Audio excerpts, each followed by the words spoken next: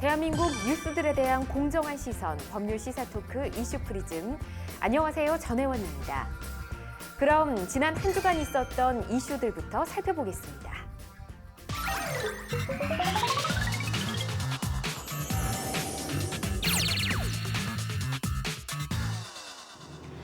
용인 일가족 살인 사건의 피의자 김모 씨의 아내 정모 씨가 살해에 가담한 것으로 알려져 충격을 주고 있습니다. 최근 용인 동부경찰서는 일가족 살인 사건 당일 피의자 김모 씨와 아내 정모 씨 사이에 둘 잡았다, 하나 남았다는 내용의 범행을 암시하는 듯한 대화가 오간 점에 주목해 아내 정모 씨가 살인 사건에 공모한 것으로 보고 있는데요. 하지만 아내 정모 씨는 남편이 평소에도 가족들을 죽이겠다는 말을 자주 해 크게 개의치 않았으며 평소 자신을 상대로 목 조르기를 연습했다고 진술하며 자신의 혐의를 부인하고 있습니다. 교통사고 예방을 위해 설치된 최고속도 제한 장치를 마음대로 푼 대형 차량 운전자들이 무더기로 경찰에 적발됐습니다. 부산경찰청 교통과는 도로교통법 위반 혐의로 대형 차량 운전자 121명을 적발해 조사하고 있다고 밝혔습니다. 이번에 적발된 121명은 각각 시속 90km와 110km로 설정된 3.5톤 초과 화물 차량과 관광버스의 최고속도 제한 장치를 불법 해제한 뒤 제한된 시속 차량을 운행한 혐의를 받고 있는데요.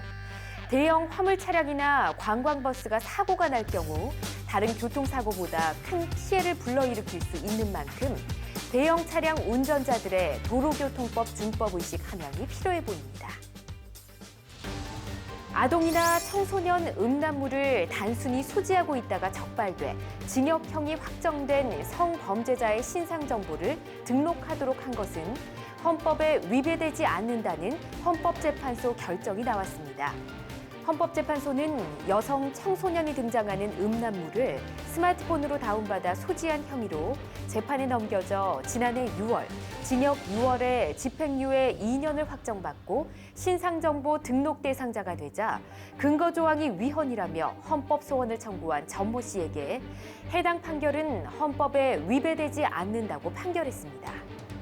헌재는 판결문에서 신상정보 등록제도는 성범죄를 억제하고 국가기관이 성범죄자들의 관리를 위해 내부적으로 보존하고 관리하는 것으로 침해가 제한적이라며 판결의 이유를 밝혔는데요. 보다 자세한 이야기는 잠시 후 두 분의 변호사와 이야기 나눠보겠습니다.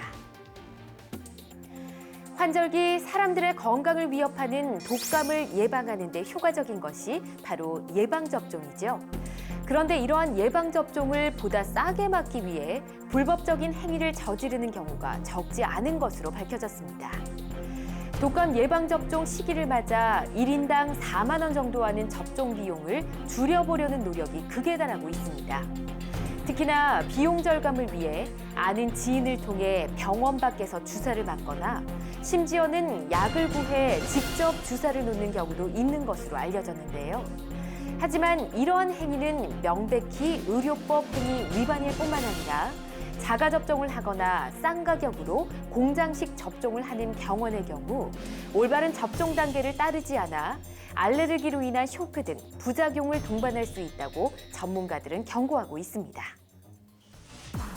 도로 위에서 위급한 상황에 대한 경고를 할 때 사용하는 자동차 경적. 그런데 길을 비켜주지 않는다는 이유로 30초 넘게 경적을 울린다면 어떻게 될까요? 최근 서울 북부지법은 도로교통법 위반 혐의로 재판에 넘겨진 60대 이모 씨에게 벌금 30만 원을 선고했다고 3일 밝혔습니다.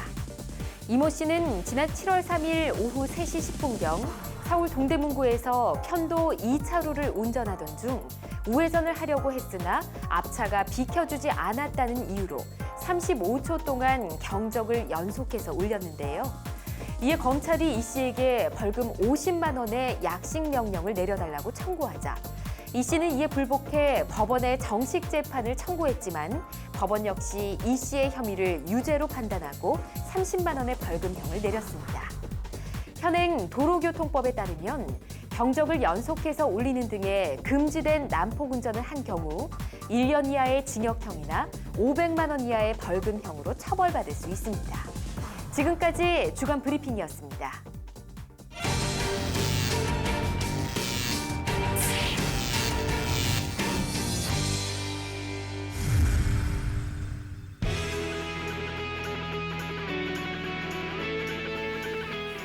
변호사 두 분과 함께 대한민국의 이슈를 쫓아가 봅니다. 변호사 추격대 오늘도 저와 함께 하실 두 분의 변호사 모셨습니다.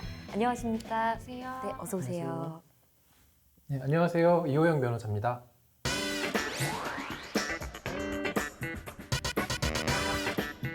네, 안녕하세요. 양지민 변호사입니다.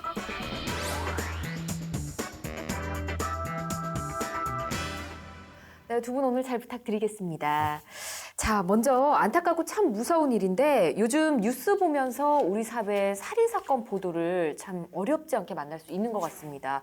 또 최근에 아주 심각한 사건이 있었잖아요. 용인 일가족 살인사건, 오늘 주간 브리핑에서도 말씀을 좀 드렸었는데 이 용인 일가족 살인사건 이미 다들 알고 계시겠지만 저희가 한번 짚고 넘어갈 필요가 있을 것 같습니다. 어떤 사건인가요, 변호사님? 이 사건은 지난달 21일에 지금 수사를 받고 있는 피의자 김모 씨가 용인의 한 아파트에서 어머니와 의붓 동생을 흉기로 수차례 찔러서 살해하고 같은 날 또 평창으로 넘어가서 네. 의붓 아버지를 살해한 뒤에 시신을 유기한 그런 사건입니다.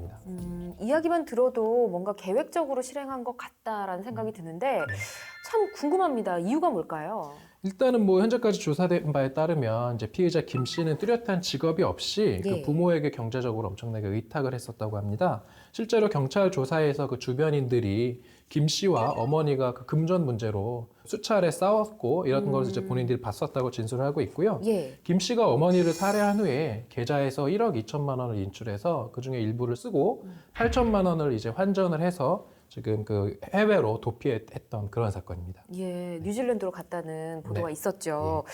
경제적 이유로 어머니와 다퉜다. 그렇다면 혹시나 우발적으로 범행을 저질렀을 가능성은 없을까요? 뭐 우발적으로 그랬을 가능성도 있겠지만 네. 그 범행 현장을 살펴본 사람들에 따르면 그 현장이 지나치게 깨끗하게 지금 치워져 있었고요. 네. 실제로 범죄 심리학을 연구하는 교수가 보니까 그 당시에 시신이 발견되는 아파트 안이 범행 현장이라고 보기에는 지나치게 정리가 잘 되어 있었다. 또 살해 현장에서는 범인이 밀가루를 뿌려서 살해 현장을 훼손했었거든요. 예, 이런 점을 봤을 때 우발적으로 살해를 저질렀다고 보기에는 좀 어렵다. 그 살해 그런 현장이 거예요? 지나치게 깨끗하게 치워져 있었기 아. 때문에 이것은 계획적인 범죄가 아닌가 이렇게 보입니다. 그렇군요. 자, 앞서 얘기를 한 것처럼 피의자인 김 씨가 붙잡힌 게 뉴질랜드였잖아요. 예, 어떻게 해서 뉴질랜드까지 갔을까요? 피의자 이제 김 씨가 범행 발생 이틀 만에 사실 뉴질랜드로 출국을 바로 했어요. 근데 이 시신이 그 출국한 날로부터 또 2, 3일이 지난 후에야 발견이 됐거든요. 그래요? 그럼 딱 상식적으로 생각을 해보더라도 어떻게 그 범행을 저지르고 뉴질랜드까지 출국을 하고 그 이후에 또 2, 3일까지 시간이 굉장히 어떻게 이렇게 여유가 있을까라는 그러니까요. 생각이 들잖아요. 네. 근데 이제 그렇게 한 이유가 이제 인천공항까지 사실 출국 직전까지 피해자들이 가지고 있던 그 휴대전화를 그대로 이제 들고 갔던 거예요. 네. 들고 가서 이제 가족이잖아요. 그러니까 누군가한테 전화가 걸려오면 뭐 같이 여행을 왔다. 내지는 지금 뭐 어디 잠깐 갔다라는 식으로 이렇게 둘러댄 거죠. 그래서 다른 사람들이 이 피해자들이 사라졌다는 거를 눈치채지 못하도록 예. 시간을 계획적으로 사실 끈 게 이제 포착이 됐습니다. 그렇군요. 저희 녹화일까지 보도된 내용에 따르면 이 김 씨의 아내인 정 씨는 뉴질랜드에서 자진 귀국을 한 상태고요. 일단 김 씨는 절도죄로 지금 뉴질랜드에서 체포가 된 상황이잖아요. 그래서 사법 당국과 송환을 조율 중이라고 하는데 앞으로 어떤 결과가 진행이 될지 좀 지켜봐야 할 것 같습니다. 그리고 또 주간 브리핑에서 헌법재판소 관련한 소식이 있었습니다. 양 변호사님, 헌재가 아동 청소년 음란물 소지하기만 해도 신상 등록을 하고 또 국가기관이 관리하는 게 합헌이다라고 결정을 내렸거든요. 네, 이 판결이요. 이제 아동 청소년이 등장하는 음란물을 스마트폰으로 이제 다운을 받아서 소지를 한 혐의로 한 사람이 이제 기소가 됐었어요. 네. 근데 그 사람이 결국에는 이제 20년간 신상 정보를 등록해야 된다. 신상 정보 등록 대상자가 됐거든요. 근데 이제 이 사람이 거기에 이제 불복을 해서 이거는 위헌이다라고 하면서 헌법 소원을 이제 청구했던 그런 사건이거든요. 네. 근데 이제 헌재는 결론적으로 6대2로 합헌이다라는 판결을 내렸습니다. 그렇군요. 판결 이유가 또 궁금해지네요. 이 사람이 이제 그 헌법 소원을 청구했던 그 주된 이유라고 볼 수 있는 네. 신상정보 등록 제도 같은 경우에는 사실은 성범죄를 억제하는 효과가 굉장히 또 크고요. 그리고 수사의 효율적인 면에서도 필요성이 사실 인정이 된다는 거죠. 그리고 이게 사실은 신상정보를 아예 공개하는 공개 제도라면 또 모를까 수사기관에 그냥 등록을 하는 거기 때문에 네. 그 개인이 침해받는 그런 이제 기본권이 침해 정도가 크지 않다라는 이제 이유에서 합헌 결정을 내린 겁니다. 그렇군요. 아예 공개하는 건 아니고 일단 등록만 해놓겠다, 관리를 그렇죠. 하겠다 이런 거니까요. 네. 근데 조금 전에 헌법재판관 6대 2라고 하셨잖아요. 그렇다면 반대 의견이 또 있었을 텐데 네. 어떤 내용이었을까요? 반대 의견 쪽에서는 이제 아무래도 사실은 이 사람이 범죄가 동영상을 그냥 다운로드해서 소지하고 있는 걸로 이제 기소가 됐던 거잖아요. 네. 그래서 사실은 이 사람이 재범의 위험성이 있는지 여부를 제대로 가리지 않고 이렇게 뭐 다 이제 한 사람을 이렇게 다 묶어가지고 신상 정보를 등록하는 거는 재범의 위험성을 따지지 않고 한 거에 대해서 이제 너무 개인의 그 기본권이 침해가 많이 되는 거 아니냐라는 또 반대 의견도 사실은 있었습니다. 그렇군요. 뭐 일단은 이렇게 의심을 안 받으려면 다운로드를 받지 않으면 되지 그렇죠. 않을까 이런 생각을 좀 해보고요. 이 변호사님 아까 양 변호사님께서 뭐 단지 등록을 해놓는 제도가 있고 공개하는 제도가 있다라고 말씀해 주셨는데 어떤 차이점이 있는지 좀 설명 좀 부탁드릴게요. 네, 일단 기본적으로 그 우리나라 그 성폭력범죄처벌 특례법을 보면 네. 아동 청소년 음란물을 소지한 자를 1년 이하의 징역이나 2천만 원 이하의 벌금에 처하도록 하고 있고요. 이게 징역형이 확정되면 이름과 나이, 직장, 주소, 주민등록번호 등을 그 법무부에 등록을 해서 네. 15년 동안 관리하도록 하고 있습니다. 근데 이렇게 관리를 하는 게 두 가지가 있는 게 직접 이제 등록을 해서 성범죄자를 억제하고 수사의 효율성과 신속성을 높이기 위해서 국가기관이 그 범죄자의 정보를 그냥 내부적으로 보존 관리하는 게 이제 관리 제도고요. 네. 그다음에 공개 제도는 말 그대로 해당 범죄를 저지른 사람의 정보를 일반에 공개를 하고 이 중에 또 일부는 나아가서 고지 명령이라는 게 있습니다. 네. 그거는 뭐냐면은 그 피고지자의 정보를 그 사람이 거주하는 읍면동사무소 그 소재지 있지 않습니까? 네.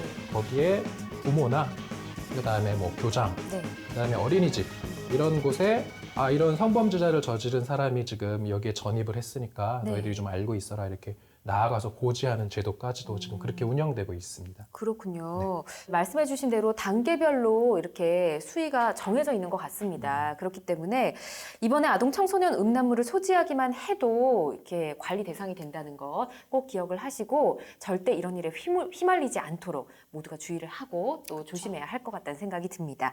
자, 주간 브리핑 내용 살펴봤고요. 이제 두 분의 변호사님이 가져온 이슈 하나씩 살펴보도록 하겠습니다. 자, 첫 번째 양지민 변호사님 어떤 이슈 준비하셨을까요? 함께 볼까요? 네, 저는 최근 사회적으로 다시 공론화가 되고 있는 낙태법 폐지에 대해 이야기해볼까 합니다. 요새 사실은 이제 낙태법 폐지에 대해서 뭐 청와대 이제 심구에 올라갈 정도로 굉장히 이제 청원이 많이 됐거든요. 네. 그래서 다시금 이제 도마 위에 올랐는데 이걸 두고 과연 생명권을 지켜야 하느냐 아니면 여성들이 받고 있는 피해를 조금 더 들여다봐야 되느냐라는 의견이 굉장히 분분합니다. 그래서 얘기를 해봐도 좋을 것 같습니다.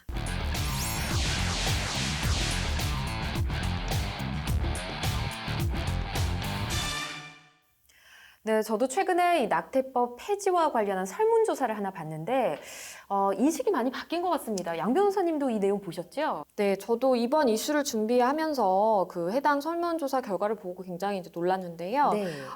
여론조사 기관인 리얼미터가 전국에 516명을 대상으로 설문조사를 실시를 했습니다. 네. 결과를 조금 설명해 드리면 이 낙태법을 폐지하는 것이 바람직하다라는 응답이 전체의 반을 넘었습니다. 51.9%가 집계가 됐고요. 네. 그리고 유지하는 게 바람직하다라는 응답이 36.2%, 그리고 난 잘 모르겠다라고 하는 분들이 한 10% 정도 됐어요. 네. 근데 이제 이 수치가 7년 전에 조사했던 수치랑은 굉장히 많이 변화를 한 거기 때문에 네. 다시금 또 주목을 받고 있습니다. 그렇군요. 7년 전과 좀 비교를 해볼까요? 뭐 어떻게 수치가 바뀌었을까요? 7년 전만 하더라도 사실은 이제 낙태 허용 여부에 대해서 2010년에는 허용해서는 안 된다라고 생각하는 사람들이 53% 정도로 집계가 됐어요. 그리고 허용해야 된다라는 사람이 한 33.6%로 네. 집계가 됐거든요. 그러니까 그게 사실은 좀 바뀌었다라고 그러니까요. 볼 수도 있겠죠. 수치는 약간 비슷하게 나오는데 찬반만 딱 바뀐 네. 상황이네요. 참 놀랐습니다. 인식이 참 많이 바뀌었다는 생각이 드는데 지금 낙태법 폐지 논의 갑자기 이슈로 떠오른 이유가 있을까요? 이게 사실은 낙태법 폐지에 대해서는 뭐 찬반이 계속해서 이제 의견이 분분해 온 게 사실이에요. 네. 근데 지금 더 이제 논쟁이 되고 있는 이유는 청와대 국민청원 게시판이 있습니다. 그쵸. 근데 그 게시판에 낙태법 폐지를 촉구하는 이제 청원 글이 23만 명이 동참을 하게 된 거예요. 굉장한 어마어마한 숫자네요. 숫자잖아요. 그래서 이제 과연 우리가 이 낙태법 폐지에 대해서 좀 진지하게 논의를 해봐야 되는 거 아닌가라는 이제 목소리도 점점 높아진 거고요. 네. 실제로 올해 6월에는 이제 서울에서 낙태법 폐지가 돼야 된다라고 하는 사람들이 시위를 펼치기도 했습니다. 그렇군요. 청와대에 글이 게시됐다라고 말씀해 주셨는데 청와대는 어떤 반응인가요? 일단은 지금 정부가 그 국민과의 소통을 굉장히 중요시하는 정부잖아요. 네. 그러다 보니까 아무래도 이렇게 이제 23만 명이 청원에 동참한 만큼 아무래도 입장 발표를 곧 하지 않을까 싶습니다. 그렇군요.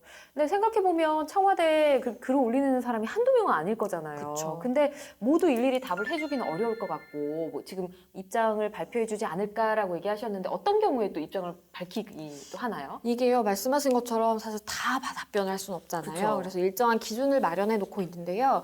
한 달 동안 20만 명 이상의 추천을 받으면 네. 청와대에서 답변을 하는 걸로 한 달 동안 20만 명. 네, 예. 그렇게 이제 원칙이 정해져 있고요. 그래서 사실은 이제 낙태법 폐지가 첫 번째 이제 청원은 아니고요.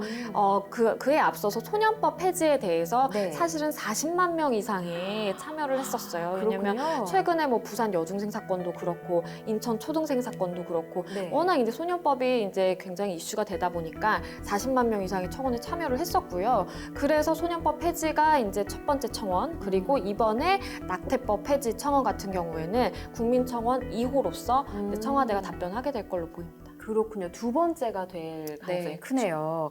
청와대가 입장을 밝히는 것이 이 낙태법 유지나 폐지 변경 같은 뭐 법적인 부분이 될지 내용이 또 궁금해지는데요. 네, 일단 기본적으로 이건 낙태법이라는 것은 예. 형법에 지금 규정이 되어 있습니다. 형법. 그렇죠. 예. 따라서 그 청와대가 뭐 자기들이 뭐 청와대 대통령령이나 뭐 시행 규칙 같은 것으로 일거에 그냥 네. 개정할 수 있는 사안은 아니고요. 예. 형법이기 때문에 이건 국회 법사위에서 법안 1소위에서 이제 이것을 심의를 해서 네. 법으로 통과를 시켜야지 낙태가 법적으로 이게 폐지가 될 수 있는 것입니다. 그렇군요. 단순히 청와대 입장만을 일단 밝혀주는 거다 이렇게 생각하면 되겠네요. 그래서 청와대에서 아무래도 좀 이렇게 군부를 떼주면 예. 국회에서도 조금 논의를 해야 되는 그런 좀 분위기가 형성이 되는 거죠. 그렇군요. 지금 법조계에서도 이 낙태법 폐지에 대한 이슈가 떠오르고 있다는 얘기를 들었는데요. 네, 기본적으로 지금 그 현재 그 헌법재판소에서 그 낙태죄 이제 네. 형법 269조와 270조입니다. 네. 이게 269조는 이제 부녀가 본인이 낙태를 하는 거고 270조는 의사가 낙태를 해주는 경우 이제 그 네. 규율을 하고 있는 건데 예. 이것에 대해서 지금 이번에 헌법소원이 지금 제기가 돼서 심리를 중인 거고 이게 2012년 8월에 한번 헌재가 이미 낙태죄에 대해서 합헌 결정을 한 적이 있거든요. 예. 그래서 그 결정 이후에 5년이 지나서 다시 한번 이게 진짜 또 위헌이냐 합헌이냐 이걸 따져보는 그런 중인 것 같습니다. 그렇군요. 이게 5년 후에 다시 이렇게 또 논의가 되는 이유가 있을까요? 아무래도 이게 낙태죄 그 예. 폐지에 대한 여론이 또 계속 올라오고 있고 예. 또 양 변호사님 말씀하신 것처럼 지금 20만 명 이상의 그 시민들이 청와대에 청원을 하고 있다 보니까 또다시 네. 이런 분위기가 형성이 된 것 같습니다. 그렇군요. 이렇게 뜨겁게 이슈가 되고 있는 낙태법, 요 세부적인 내용을 좀 자세히 알아봐야 할 것 같습니다. 네, 우리나라에서 이제 낙태랑 관련된 법률이 뭐가 있나라고 살펴보면 네. 말씀해주신 것처럼 형법과 모자보건법을 생각을 해볼 수가 있어요. 가장 먼저 이제 형법을 좀 살펴보면 형법 269조에 낙태라는 조항이 있거든요. 네. 거기에 뭐라고 되어 있냐면 부녀가 약물, 기타 방법으로 낙태한 때에는 1년 이하의 징역 또는 200만 원 이하의 벌금에 처한다라고 해서 이제 처벌을 하고 있다라는 거를 알 수가 있고요. 네. 그리고 270조에는 이제 말씀해주신 것처럼 이제 의사들이 낙태를 했을 때 처벌하는 이제 법률도 나와 있습니다. 네. 그리고 모자보건법 같은 경우에는 이제 예외적으로 낙태가 허용되는 경우가 규정돼 있다라고 이해를 하시면 될 것 같아요. 예. 그래서 모자보건법 14조를 보면 뭐 예를 들어서 강간이나 중강간에 의해서 임신이 된 경우라든지 그렇죠. 아니면 대통령령으로 정하는 일정한 전염성의 질환을 가지고 있는 경우라든지 그런 경우에 이제 본인과 배우자의 동의를 받아서 인공 임신 중절 수술을 할 수 있다라는 규정이 마련돼 있습니다. 그렇군요. 자, 현행법상으로는 뭐 이렇게 특별한 경우를 제외하고는 어쨌든 낙태 시술을 할 경우에는 처벌을 받게 됩니다. 근데 언제나 뜨거웠던 이 낙태법에 대해서 뭐 헌법소원이 이번이 처음은 아니라고 아까 얘기를 나눴었잖아요. 네. 어떤가요? 네, 그러니까 아까 말씀드린 것처럼 예. 2012년에 한번 낙태죄에 대해서 합헌 결정이 있었는데 예. 이게 2012년 8월 당시 이때 문제가 됐던 건 동의 낙태죄 규정이었거든요. 이제 이것의 합헌을 이제 결정한 게 뭐냐면 헌재는 네. 그 태아는 그 자체로 모와 별개의 생명체다.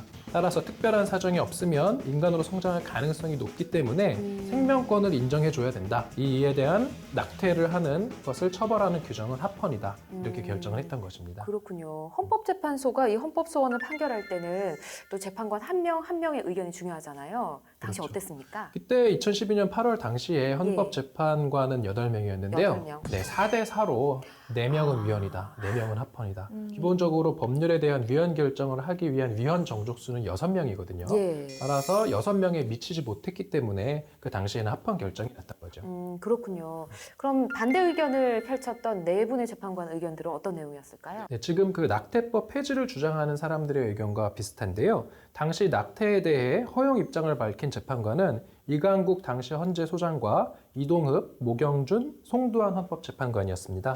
그래서 이들은 임신 초기에 낙태까지 전면적 일률적으로 금지하고 처벌하는 것은 임산부의 자기결정권에 대한 침해의 최소성 원칙에 위배된다. 라면서 위헌 의견을 내셨던 것입니다. 그렇군요. 지난 2012년 판결까지 저희가 변호사님과 이야기를 좀 나눠봤고요.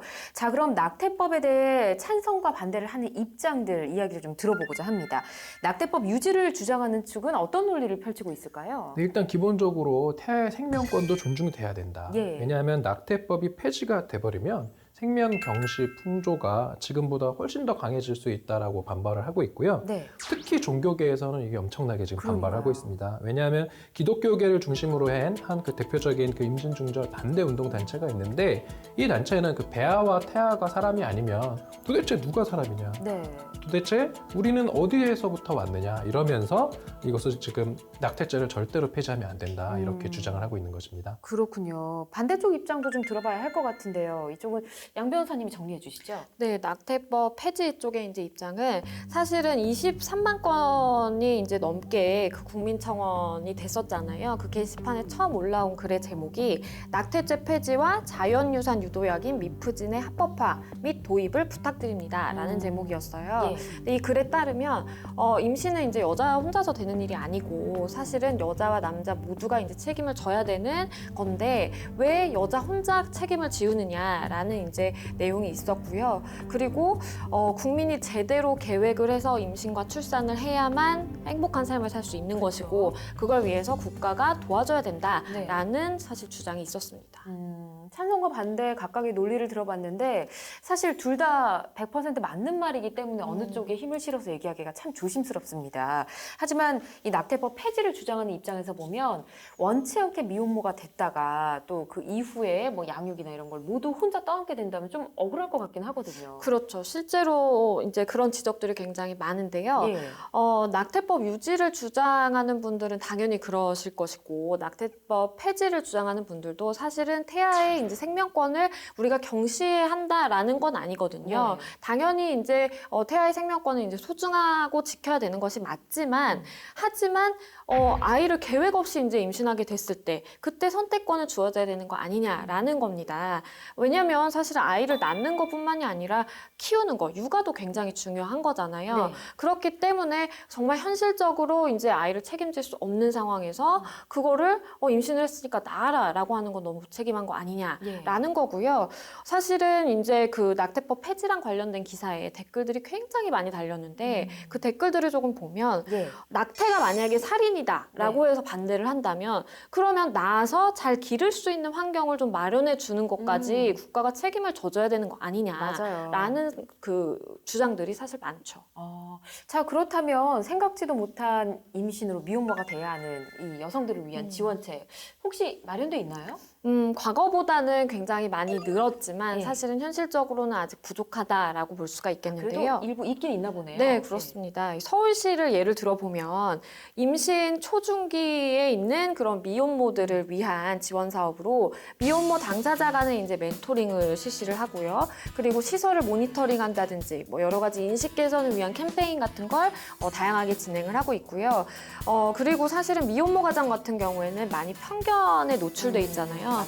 그렇기 때문에 때문에 이제 인식 개선이 중요하다라는 생각에서 서울시에 거주하는 한 5천여 명의 미혼모들에게 생활 안정과 또 인식 개선을 위한 사회 환경 조성 사업들을 굉장히 다양하게 벌이고 있습니다. 네. 근데 이게 자칫 잘못하면 조금은 그냥 추상적으로 이렇게 허울만 좋게 흘러갈 수 있는 부분이 맞아요. 있기 때문에 조금은 더 미혼모들을 위한 현실적이고 구체적인 방안이 마련돼야 되지 않을까 싶습니다. 실질적으로 좀 도움이 될 수 있는 대책들이 필요하다라는 네. 의견인 거고요.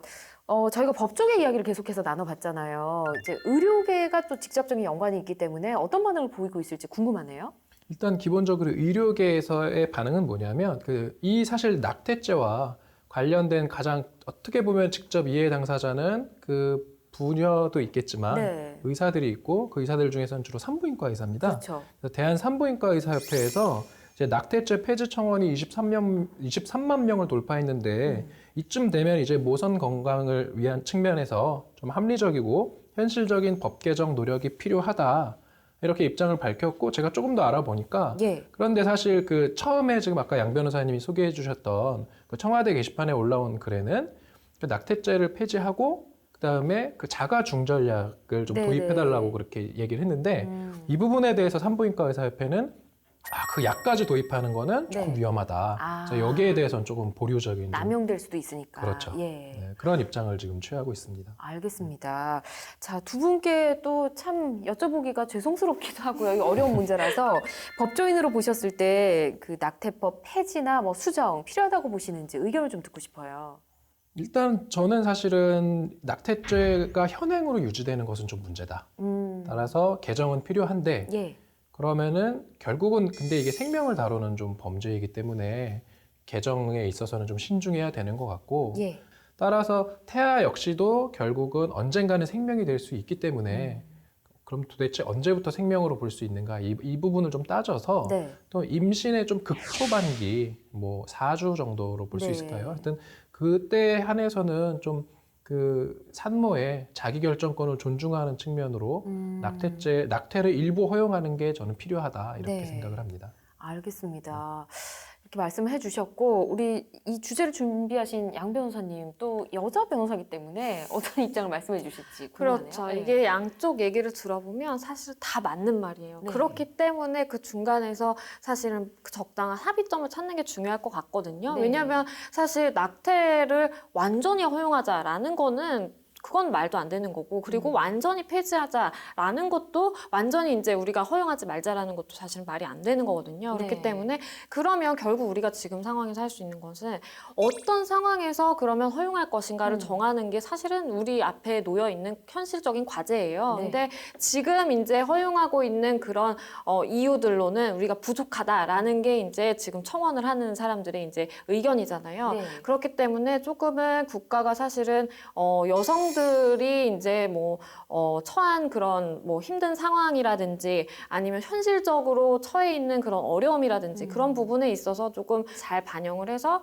예외적으로 허용되는 그런 상황들을 조금은 넓게 인정하는 것이 국민들이 원하는 거 아닌가라는 네. 생각이 들고요. 그렇기 때문에 사실은 이게 쉬운 문제는 아니겠지만 결국은 허용될 수 있는 그 이유들을 확장해 나가는 방향으로 개정되는 게 조금 맞는 거 아닌가라는 생각도 듭니다. 네. 두 분 표현 방법은 좀 다르셨지만 약간의 변화, 수정은 좀 필요하다라는 의견이신 것 같아요. 자, 이 낙태법 생명권이 우선이냐, 자기 선택권이 우선이냐 계속해서 이야기를 나눠봤는데 촌철살인 한마디는 어떤 내용 써주실지 궁금합니다. 자, 써주십시오. 네, 낙태법 폐지라는 이슈와 관련해서 두 분 촌철살인 한마디 어떻게 써주셨을까요? 먼저 이 주제 준비하신 양 변호사님 먼저 볼까요? 네, 저는 처벌하려면 지원부터라고 적어봤는데요. 네. 이게 사실은 뭐 원론적인 얘기일 수 있겠지만 임신이라는 거는 사실은 이게 계획을 해서 되는 경우도 있지만 아닌 경우도 있거든요. 그렇죠. 그거는 사람이 어떻게 컨트롤할 수 없는 거잖아요. 그러면 이런 불확실성에 대비할 수 있어야 되는데 개개인이 현실적으로 그렇지 못한 경우가 또 많습니다. 예를 들어서 내가 키울 돈이 없다. 돈이 없어서 낙태를 하고 싶다. 이걸 허용해야 되느냐 말아야 되느냐. 네. 결국에는 이 문제 같아요. 그렇기 때문에 저는 이 환경이 사실은 조금 아이를 양육하고 내가 가진 게 없더라도 조금은 정부의 도움을 받아서 수월하게 아이를 키울 수 있는 환경이 되면 네. 사실은 낙태에 대한 고민도 자연스럽게 조금 줄어들 것 같아요. 네. 그렇기 때문에 사실은 무조건 형법 적용해서 무조건 낙태했다 처벌하고 뭐 이렇게 하는 게 아니라 그냥 그거에 앞서서 정부가 조금 더 아까도 말씀드린 것처럼 미혼모에 대한 지원 사업을 더 활발하게 한다든지 네. 좀 경제적으로 어려운 이제 아이를 가진 부부들에게 양육을 할 수 있는 좋은 환경을 만들어준다든지 이런 지원이 사실 선행되면 사람들의 인식 개선도 자연히 될 것이고 네. 그렇게 되면 아무래도 여성들이 혼자서 정말 이 아이를 낳아야 되나 말아야 되나라는 고민을 하는 그런 경우가 좀 줄어들지 않을까 싶어서 저는 처벌을 하기 전에 지원부터 좀 신경을 쓰자라는 네. 차원에서 적어봤습니다. 네, 우선 실질적인 지원을 한번 해보고 그 이후에 또 보완을 해갈 수 있는 거니까요. 네, 이렇게 말씀 써주셨고요. 이 변호사님 뭔가 어려우신가 봐요. 이 주제는 너무 사실 어렵고 어떻게 보면은 진짜 조심스러운 그런 주제입니다. 하지만 이제 낙태죄라는 것이 기본적으로 지금 현행은 결국은 그 임신의 어떠한 시기를 불문하고 네. 낙태를 하면 전부 처벌하고 있어서 이것은 개선이 필요하다. 따라서 사실 어떠한 문제에 대해서 사실 인정과 가치 판단이 다르지 않습니까? 네. 그래서 낙태죄와 관련된 가치의 대립은 그 임산부의 자기결정권과 태아의 생명권입니다. 네. 그래서 임산부의 자기결정권이 조금 더 존중받아야 되는 시기는 임신 초창기. 따라서 아직 태아가 사람으로 태어날 가능성이 극히 낮은 상태. 네. 이러한 경우에는 좀 낙태를 좀 어느 정도 허용해 줘야 되는데 과연 그때가 언제냐? 그 부분에 대해서 저는 정말 모르겠습니다, 솔직히. 네. 그래서 이 부분에 대해서는 지금 뭐 얼마 전에 대한산부인과협회에서도 낙태죄 개선해야 된다는 의견 냈던 것처럼 이분들이 좀 적극적으로 나서서 언제부터는 이 태아가 생명으로 우리가 볼 수 있겠다라고 하는 것들을 좀 전문가들의 의견을 좀 취합을 해서 네. 그 특정 임신의 초기에 그 생명으로 보기 조금 어려운 시기에는 낙태를 허용할 수 있는 쪽으로 낙태죄를 개선해야 된다. 네. 저는 그렇게 생각을 합니다. 알겠습니다. 정말 어려운 문제라서 두 분 모두 조심스럽게 말씀을 좀 네. 해주신 것 같습니다. 목이 메어서. 그러니까요. 어쨌든 시대는 계속해서 변하고 있고 이 부분에 있어서도 조금씩은 수정과 개선이 필요하지 않을까 싶습니다. 아무쪼록 생명도 소중하고요. 또 이미 살아가고 있는 삶도 소중하기 때문에 좋은 쪽으로 어쨌든 결론이 났으면 좋겠습니다. 이렇게 첫 번째 이슈 마무리를 하고요. 두 번째 이슈 만나보도록 하겠습니다.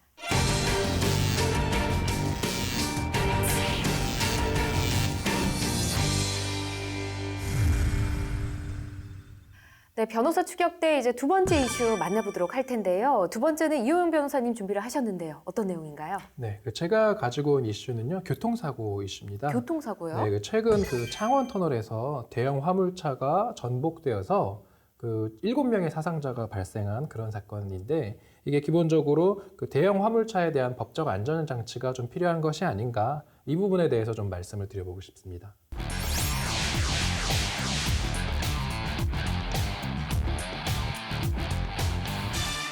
네, 많은 분들이 이 뉴스를 접하셨을 겁니다. 지난 2일이었죠. 창원 방향 창원터널 1km 앞 지점에서 이 유류 드럼통을 실은 대형 트럭이 중앙 분리대를 들이받고 반대쪽으로 이 드럼통이 떨어지면서 폭발해서 화재가 발생했습니다. 그래서 3명이 숨지고 5명이 다치는 사고가 발생했었는데 이 사고 발생 후에 여러 가지 문제점들이 제기되고 있다고요? 네. 일단 뭐 TV나 신문, 인터넷을 통해 이제 이 사건을 조금 접해본 분들은 예. 뭐 아시겠지만 이건 단순한 교통사고가 아니라 그 대형 화물 트럭에 대한 안전불감증이 아니냐 좀 이런 얘기가 나오고 있습니다. 네. 특히 올 초부터 뭐 버스 사고도 있었고 사실 대형 사고들이 많이 있지 않습니까? 네. 그래서 결국은 이런 대형 차량의 그 기사들의 노동 환경부터 뭐 과정 문제 이런 등등 안전 불감증 문제가 되게 복합적으로 지금 예. 제기가 되고 있습니다. 말씀해 주신 것만 해도 지금 여러 가지가 있는데 우선은 하나씩 살펴보도록 하겠습니다. 사고 발생 원인부터 좀 짚어보도록 할까요? 일단 자세한 거는 아직 조사가 끝나지 않아서 조금 더 들여다봐야 되겠지만 네. 제일 지금 이슈가 되고 있는 게 이건 네. 과적 문제가 아니냐라는 과적. 얘기가 좀 나오고 있습니다. 많이 실었다는 거잖아요. 그렇죠. 트럭이 네. 실을 수 있는 것보다 얼마나 더 많이 실었길래 이런 얘기가 나올까요? 이게 기본적으로 이번에 사고가 난 트럭은 5톤 트럭이거든요. 5톤 네, 트럭. 근데 5톤 트럭은 지금 관련 법령상 그 최대 실을 수 있는 그 한계가 그 110% 그러니까 5톤의 110%인 그 그 5.5톤까지만 지금 실을 수 있는데 예. 실제로 조사된 바에 따르면 이 트럭은 7.8톤의 유류를 싣고 운행을 한 걸로 지금 조사가 되고 있습니다. 그럼 말씀하신 바에 따르면 법적 허용치보다 더 많이 실었다는 거잖아요. 이 법적으로 분명 문제가 있는 것 같은데 네.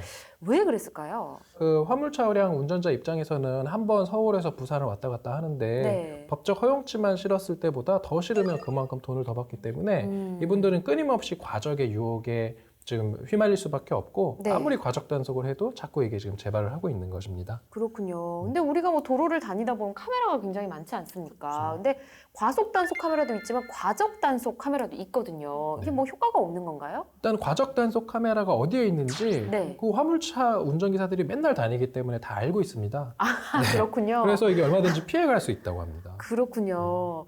아, 알겠습니다. 일단 과적에 대한 원인을 좀 살펴봤고요. 또 다른 원인이 있지 않습니까, 양 변호사님? 네, 그렇습니다. 최근 추가로 밝혀진 이유는 이 유류와 같은 사실 이 위험물이라고 볼 수 있잖아요. 네. 위험물이 담긴 통 무려 196개를 싣고 달리던 오토 화물 트럭이 네. 운행 전에 아무런 고정 장치 없이 그냥 그 짐을 실었다는 게 최근 추가로 밝혀졌습니다. 그게 가능한가요? 당연히 고정을 하고 출발을 해야죠. 그렇죠. 저도 사실은 이게 굉장히 상식적인 부분이잖아요. 그래서 뉴스를 보고 좀 많이 놀랐는데요. 네. 이게 경찰이 사고가 난 이 5톤 트럭의 주인인 그 회사가 있었어요. 네. 그 회사에 압수수색을 하면서 CCTV까지 다 이제 들여다봤거든요. 네. CCTV를 딱 보면서 짐을 싣는 모습을 이제 봤어요. 봤는데 화주 측과 운전기사 모두 이 뚜껑이 없는 그냥 그 트럭에다가 이제 짐을 실으면서 네. 그것도 위험물을 실으면서 아무런 고정장치 뭐 덮개를 씌운다든지 뭐 이거를 이렇게 끈으로 묶는다든지 이런 걸 전혀 하지 않은 걸로 드러나게 된 거죠. 그렇군요. 사실 저도 평소에 고속도로나 뭐 시내를 달리다가도 뭔가 고정장치가 제대로 되지 않아 있거나 아니면 좀 허술해 보이는 트럭들이 좀 있습니다. 그러면 저게 왠지 내 앞으로 날아올 것 같아서 조금 뚝 떨어져서 걷는 경우가 있는데 운전을 하게 되는 경우가 있는데 이런 걸 관리하는 법안이 좀 있어야 될 것 같은데요. 사실은 없을까요? 마련돼 있습니다. 아, 있어요? 네, 도로교통법 39조 4항에 따르면 네. 모든 운전자는 자기가 실은 화물이 떨어지지 않도록 확실하게 고정 조치를 취해야 된다라고 이제 돼 있거든요. 네. 사실은 이렇게 돼 있음에도 불구하고 우리가 현실에서는 잘 지켜지지 않는 게 이제 현실이라고 볼 수 있겠죠. 그럼 실제 이 관련돼 있는 분들이 조심을 해야 되는데 조심하지 않았다는 이유가 되겠네요. 그러니까 이거는 나만의 문제가 아니고 이 화물 트럭이 고정돼 있지 않은 상태로 움직이게 되면 주변 사람들이 피해를 입게 되니까 관련되신 분들이 좀 조심해서 잘 지켜주셔야 될 것 같다는 생각이 듭니다.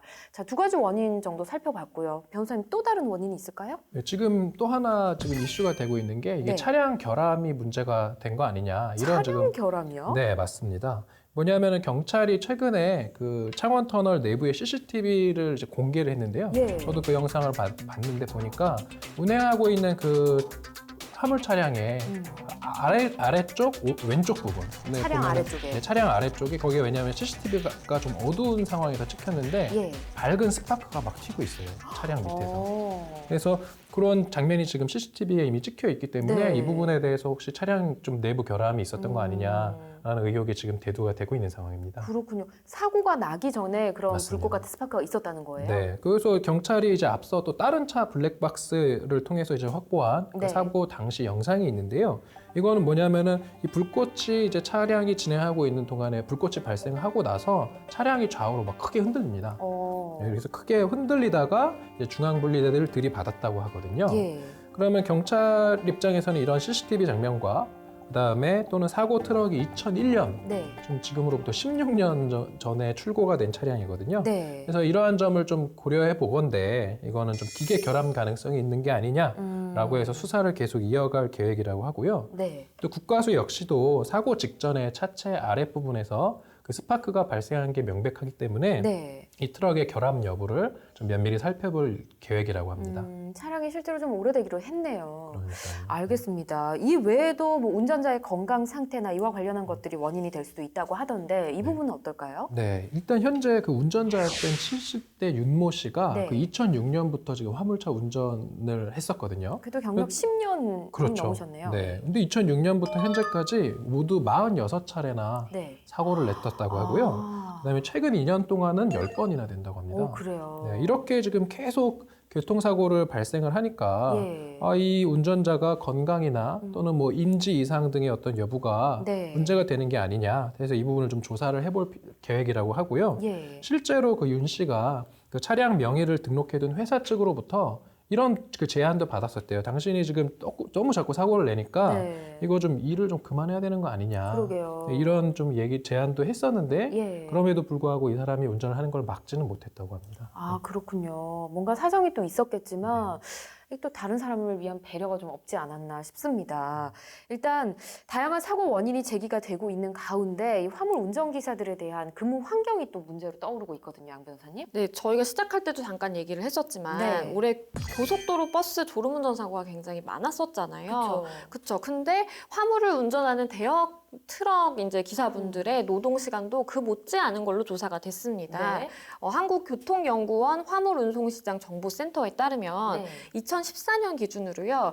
일반 화물 운전자의 월 평균 노동 시간이 323시간 정도로 집계가 됐고요. 그리고 이 수치는 사실은 개별 화물 운전자 279시간 정도 되거든요. 네. 그리고 용달 화물 운전자 같은 경우에는 또 257시간 정도예요.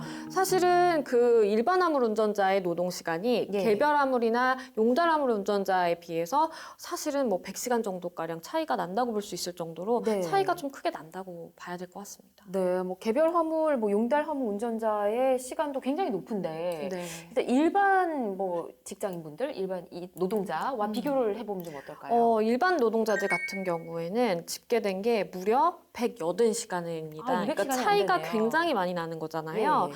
적게는 52시간 정도인데 크게는 이제 120시간 정도 차이 나게 더 일을 한다고 볼 수가 있겠죠. 이게 더 일을 해야만 할 수밖에 없는 그런 이유가 또 있겠죠? 그렇죠. 그러니까 지나치게 낮은 수입이 사실은 이렇게 과중한 노동을 할 수밖에 없는 원인으로 작용을 하는 것 같습니다. 네. 2014년 기준으로요. 일반 화물 노동자의 월 평균 그 순수입이 239만 원이에요. 그리고 239만 원. 개별 화물 노동자 같은 경우에는 187만 원. 아. 또 용달 화물 운전자는 100만 원이 안 되는 96만 원 수준으로 조사가 됐거든요. 예. 이거는 노동 시간은 굉장히 이제 일반 노동자에 비해서 과중했잖아요. 근데 수입은 일반 노동자 평균 임금의 절반 정도, 56% 수준에 불과하다고 합니다. 그렇군요. 아무래도 이 근로자 화물 트럭 운전하시는 근로자분들 근무 환경이 개선돼야 하는 것도 좀 시급한 문제인 것 같고요. 이렇게 한번 일어나면 대형 사고로 일어나는 대형 화물차 사고 좀 관리가 시급해 보이는데 관리에도 좀 문제가 있는 것 같아요, 변호사님. 네. 현행법상의 이 위험 물질 운송 관리의 법적 책임은 위험물 그 종류에 따라서 지금 이제 달라지는데요. 네. 정부의 그 10개 부처가 사실은 위험물 관리 안전법에 따라서 이 관리를 하고 있습니다. 그래서 네. 예를 들면 그 석유 이런 인화성 물질은 소방청이고요. 네. 물과 관련됐으니까. 그렇죠. 그다음에 고압가스는 산업부. 그다음에 염산, 황산 등의 그런 유해 화학 물질 있지 않습니까? 네. 그것은 또 환경부가 관리를 합니다. 이런 식으로 10개 부처의 지금 위험 물질의 종류에 따라서 그 관할이 지금 나눠져 있기 때문에 네. 그 관리가 통합적으로 안 되고 또 사고가 났을 때 정확한 사고 처리도 조금 미진한 거 아닌가 좀 이런 지적이 계속 있는 거죠. 말씀해 주신 것처럼 컨트롤 타워를 마련하는 거는 정말 그냥 기본적인 가장 중요한 거라고 그러니까요. 생각을 하고요. 그리고 또 대형 화물 트럭이 사실은 굉장히 많은 무언가를 싣고 다니잖아요. 맞아요. 어떤 물질을 싣고 과연 어디로 가고 있는지 이거를 추적하는 시스템이 없어요. 그래서 사고가 났을 때 이거에 맞게 신속하게 대응하는 게 좀 어렵다라는 지적이 있어 왔거든요. 네. 그런데 이제 좋은 소식 하나가 있는데 네. 지난 3월에 물류정책기본법 개정안이 이제 통과가 됐거든요. 예. 그 내용을 조금 설명을 드리면 이런 위험물질 운송 차량에 이제 위치 추적을 위한 통합 단말기를 다 부착을 합니다. 그래서 단말기를 부착하고 또 사전에 운송 계획을 또 제출을 해야 돼요.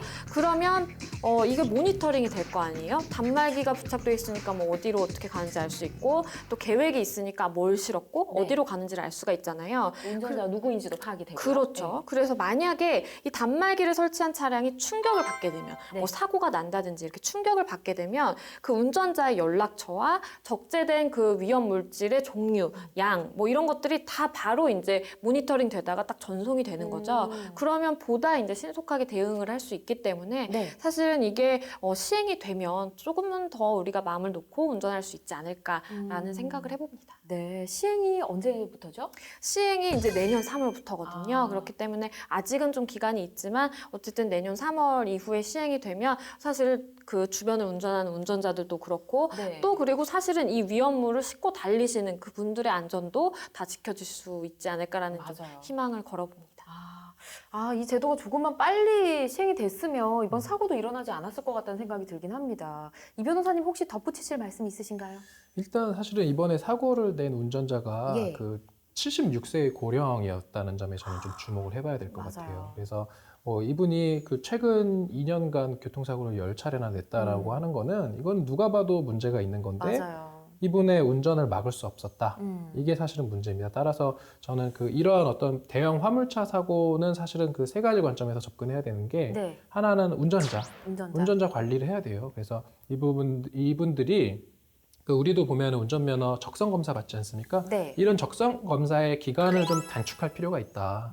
특히 고령의 화물차 운전자들은 뭐 매년 검사를 받게 한다든지 해서요. 네. 이분들의 건강 관리를 지속적으로 체크를 해야 되고 네. 또 하나의 문제는 차량의 문제입니다. 지금 그 차량 하부에서 스파크가 발생했다는 건 이거는 달리는 차량에서 스파크가 발생하는 건 이거 사실 엄청나게 위험한 상황이거든요. 그렇죠. 그러니까 차량에 대한 그 안전 진단을 좀 지속적으로 할 수 있게, 특히 이런 지입 차량 같은 경우는 개인 사업자이기 때문에 그 관할 당국의 좀 어떤 컨트롤이 좀 잘 안 되거든요. 네. 그래서 지입 차량 운전자가 운전하는 화물 차량에 대한 안전 진단을 지속적으로 할 수 있게 좀 예산을 확보를 해야 되고 또 법 제도도 좀 정비를 해야 되는 거 아닌가 싶습니다. 네. 우선은 물류정책 기본법 개정안이 통과가 돼서 내년 3월에 시행될 예정이라고 하니까 조금은 더 개선된 상황이 우리한테 다가오지 않을까 싶습니다. 자, 이 화물차 관련, 사고 관련해서 또 많은 이야기 나눠봤고요. 촌철살인 한마디 들어봐야겠죠? 자, 써주시기 바랍니다. 네, 대형 화물차 사고와 관련해서 촌철살인 한마디 어떤 내용 써주셨을까요? 이호영 변호사님 볼까요? 네, 저는 사실은 그 시청자분들께 그 드리고 싶은 저의 조언인데요. 네. 결국은 이건 방어 운전이 필요하다. 왜냐하면은 뭐 대형 화물 차량 부딪히면 결국은 제가 죽거든요. 네. 시청자분들이 제일 위험한 거니까 사실은 뭐 이런 지금 최근에 이슈 때문에 이제 그 대형 화물차에 대한 관리와 안전 진단이 어느 정도 당연히 개선될 거고 이제 그렇게 될 거라고 생각은 하는데 네. 고속도로 다니다 보면은 그런 화물차 있잖아요. 그럼 무조건 그 화물차가 앞에 있으면 옆으로 피하고 뒤에 있으면 또 옆으로 피하고 이렇게 해서 화물차와의 사고를 내가 미리 피하겠다. 이런 좀 방어 운전이 필요한 것 같습니다. 그래서 약간은 조금 옆길로 생 감은 있는데 네. 그래도 우리 시청자분들은 대형 화물차랑 부딪히지 않았으면 하는 의미에서 이렇게 네. 한번 적어봤습니다. 네. 뭐 앞으로는 뭐 개선이 되겠지만 일단은 먼저 조심을 하자. 네, 피하고 보자. 네, 과적이 되는 화물차가 있으면 조금은 떨어져서 가고요. 네. 이런 것도 방법이 될 것 같습니다. 양 변호사님 어떠세요? 저는요, 안전 불감증 노, 철저한 단속 예스라고 네. 적어봤는데요. 일단은 이번 사고도 사실은 뭐 안전 불감증 때문에 벌어지게 된 사고잖아요. 우리가 이건 인재라는 점에서 더 안타깝거든요. 네. 그렇기 때문에 조금은 안전 불감증에서 좀 벗어나서 우리가 미리미리 좀 예방하는 정신을 좀 키우면 어떨까라는 생각도 들고요. 그렇기 때문에 저는 철저하게 단속을 해야 된다고 생각해요. 왜냐하면 이거는 사실 돈과 연관된 문제이기 때문에 개인이 그 유혹을 뿌리치기 굉장히 힘들고 계속해서 이런 문제가 발생할 수밖에 없거든요, 사실. 네. 그러면 저는 이제 강제적으로 들어가야 된다고 생각합니다. 강제적으로 좀 강력하게 철저하게 단속을 하면 아무래도 그 수치, 그러니까 사고가 발생하는 그 수치나 이제 비율이 줄어들 거라고 생각을 하고요. 예. 그렇기 때문에 조금은 우리가 이번 사고를 계기로 이런 부분에 대해서 생각을 해봤으면 좋겠습니다. 맞습니다. 뭐 그래도 내년 3월 이후부터는 조금씩 개선이 될 것 같으니까 이후도 지켜보고요. 또 보완될 점이 있으면 또 정부에서 보완을 해주실 거라 생각을 합니다. 자, 두 번째 이슈까지 함께 만나봤고요. 오늘 함께 해주신 변호사님 고맙습니다. 고맙습니다. 네, 고맙습니다. 감사합니다. 네. 네, 법률적인 시선을 통한 원칙적인 시사 분석, 법률 시사 토크 이슈 프리즘. 오늘 준비한 순서는 여기까지고요. 저희 다음 시간에도 대한민국 이슈와 함께 또 냉정한 시선으로 돌아오도록 하겠습니다. 시청해주신 여러분 고맙습니다.